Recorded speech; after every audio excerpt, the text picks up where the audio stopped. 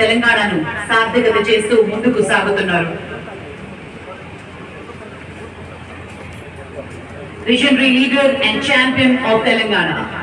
నాయకుడు అంటే నడిపించేవాడు, నాయకుడు అంటే భరోసా ఇచ్చేవాడు, నాయకుడు అంటే ఊపిరిచ్చేవాడు. గౌరవనీయులు ముఖ్య అతిథి గౌరవనీయ ముఖ్యమంత్రి శ్రీ రేవంత్ రెడ్డి గారి ప్రసంగం. రాజా బహదూర్ వెంకట్రామరెడ్డి గారి ప్రాంగణంలో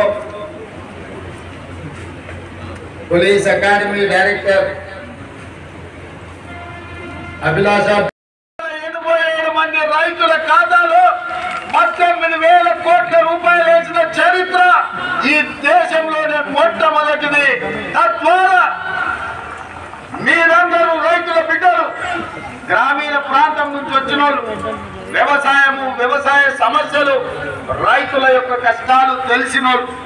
నేను కూడా గ్రామీణ ప్రాంతాల నుంచి వ్యవసాయ కుటుంబం నుంచి వచ్చిన వాడిని. రైతు యొక్క కష్టాలు నాకు తెలుసు. అందుకే 18,000 కోట్ల రూపాయలు కడుపు కట్టుకొని నిధులు సేకరించి 18,000 కోట్ల రూపాయలు ఈనాడు రైతుల ఖాతాలో వేసి రైతన్నల కళ్ళల్లో ఆనందం చూస్తున్నాం.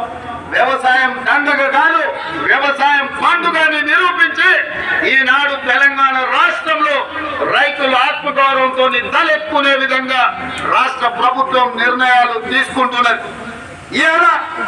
ఈ తెలంగాణ రాష్ట్రం పచ్చగా ఉండాలన్నా, పచ్చడి పంటలు పండాలన్నా ప్రాజెక్టులతో పాటు చెరువులను, కుంటలను కాపాడుకునే బాధ్యత మన మీద ఉన్నది. నిన్న మన మీరందరూ చదివి ఉండొచ్చు, చూసి ఉండొచ్చు. రేవంత్ రెడ్డి గారికి ఏమొచ్చిందయ్యా, హైడ్రా పేరు మీద నే చెరువుల్లో విలాసవంతమైన విల్లాలు కట్టుకుంటే ఆయన నేల కూలుస్తున్నాడు అని.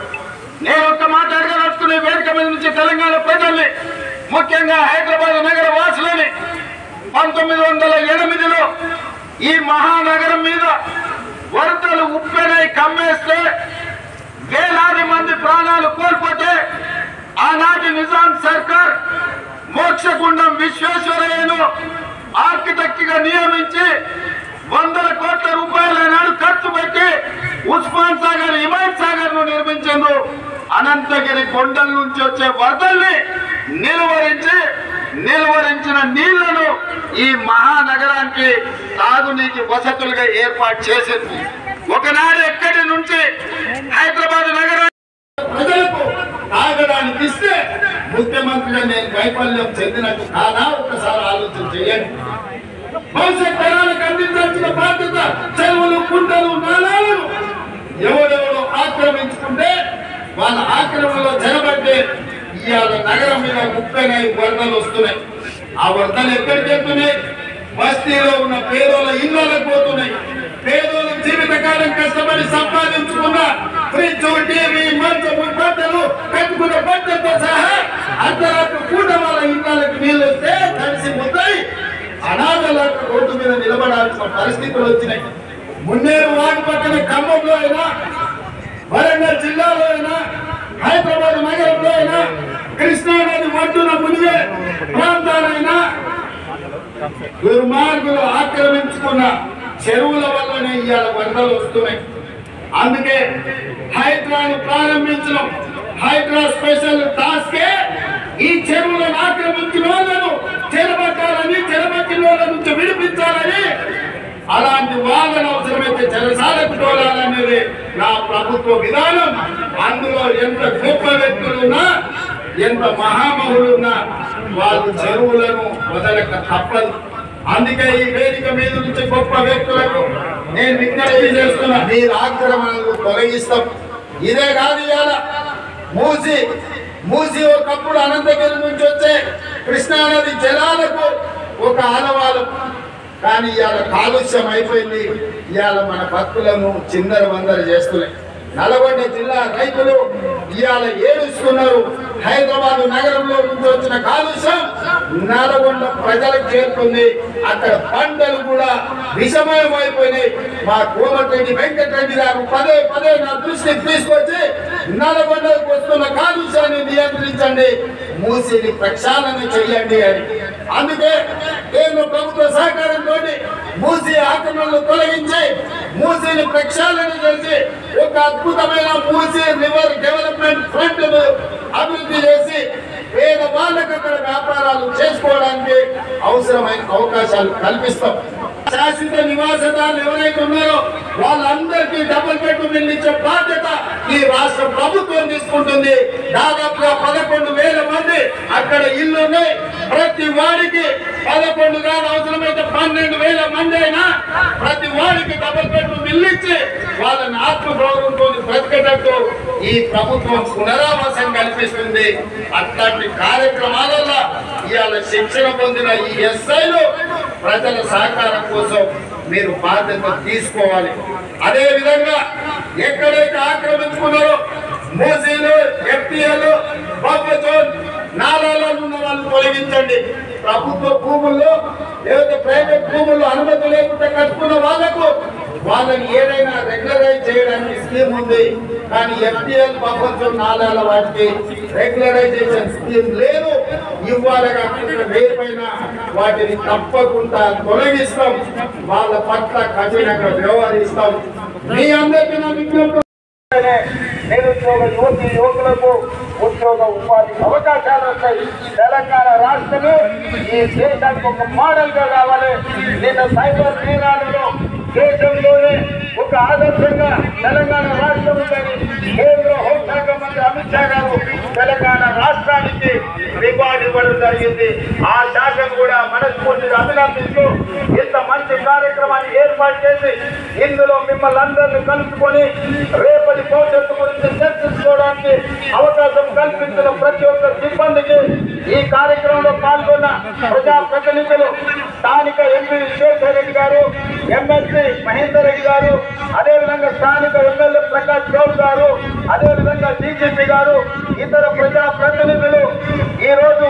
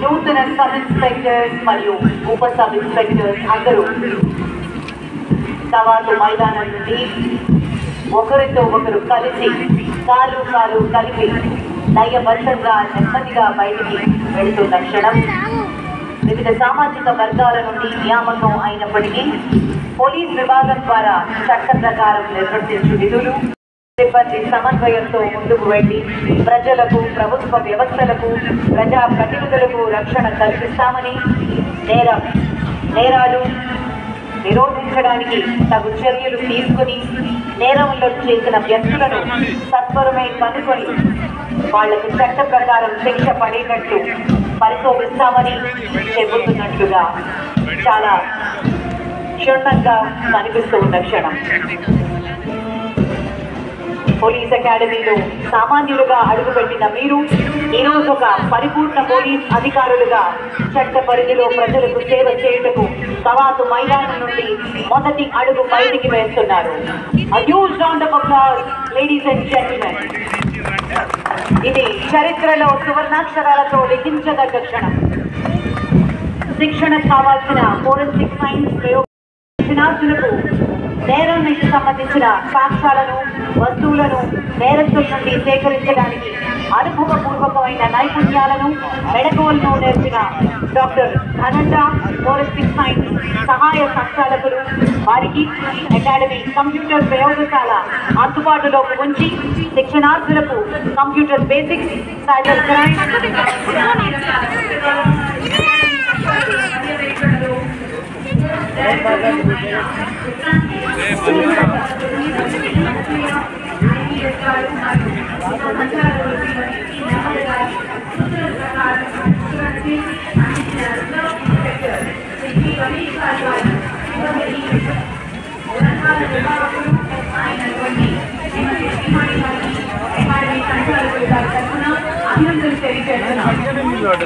తరగతి గది శిక్షణ కావలసిన గదులను ఎప్పటికప్పుడు శుభ్రంగా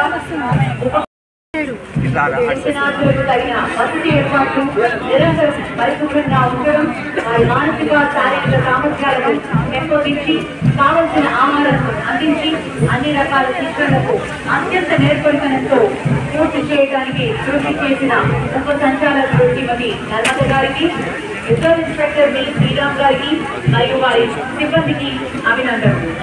శిక్షణ కాలంలో అన్ని రకాల సమావేశాలు కార్యక్రమాలకు వచ్చిన అధికారులకు, అకాడమీ అధికారులకు, అతిథి అధ్యాపకులకు కావలసిన ఆహారం, పానీయాలు, భోజనాలను ఏర్పాటు చేయడానికి కృషి చేసిన రిజర్వ్ ఇన్స్పెక్టర్ బి మహేష్ గారికి, శ్రీనివాస్ రెడ్డి గారికి అభినందనలు. శిక్షణకు సంబంధించిన కావలసిన వాహనాలు సకాలంలో సమకూర్చి శిక్షణకు సజావుగా పూర్తి అవడానికి సహకరించిన వాహన రవాణా ఇన్స్పెక్టర్ గారికి మరియు సిబ్బందికి అభినందనలు. శిక్షణ కాలంలో శిక్షార్థులకు ఎటువంటి ఆరోగ్య సమస్యలు వచ్చినా 24/7 అందుబాటులో ఎన్నంటే ఉంటూ తమ చికిత్స అందించిన శిక్షణ ఎలాంటి అంతరాయం రాకుండా సేవలు అందించిన అకాడమీ డైరెక్టర్ శ్రీమతి గారికి, సిబ్బందికి ఇన్స్పెక్టర్, ఉప సబ్ ఇన్స్పెక్టర్ అందరికీ గత సంవత్సర కాలం శిక్షణ ఇవ్వడానికి పోలీస్ అకాడమీ పరిపాలన విభాగం అధికారి శ్రీ వెంకటేశ్వర గారికి, పర్యవేక్షణాధికారి మహమ్మద్ గారికి, శ్రీ ఆనంద్ రెడ్డి గారికి, శ్రీనివాసరావు గారికి, ప్రత్యేక శిక్షణ విభాగం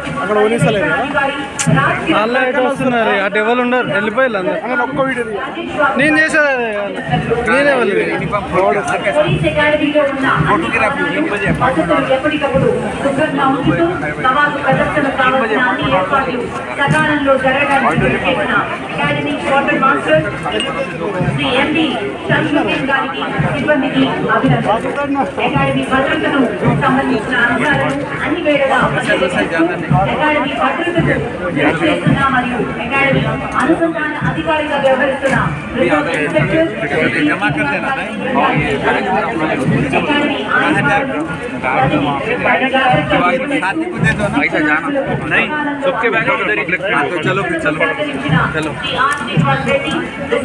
అకాడమీ సబ్ ఇన్స్పెక్టర్ అంజిరెడ్డి గారికి మరియు వారి సిబ్బందికి సపోర్ట్ చేసినటువంటి టీ స్టోర్ నిర్వహించిన చైతన్య గౌడ్ రిజర్వ్ ఇన్స్పెక్టర్ గారికి, ఏఆర్ఎస్ఐ నరసింహుడు గారికి, సిబ్బందికి స్విమ్మింగ్ పూల్ పరిశుభ్రంగా ఉంచడానికి రిజర్వ్ ఇన్స్పెక్టర్ మణిసహార్ రెడ్డి గారికి, ఏఆర్ఎస్ఐ శ్రీనివాసులు గారికి అందరికీ అభినందనలు. నూతన సబ్ ఇన్స్పెక్టర్, ఉప సబ్ ఇన్స్పెక్టర్ శిక్షణ కాలంలో అన్ని రకాల కార్యక్రమాలను సక్రమంగా జరగడానికి కావలసిన లేఖలు, పత్రాలు, కాల పట్టిక, పుస్తకాలు మొదలైనవి సకాలంలో తయారు చేసి శిక్షణ సజావుగా జరగడానికి శ్రమించిన సంచాలకులు ఆసిఫ్ గ్లాస్లో పోదామన్నా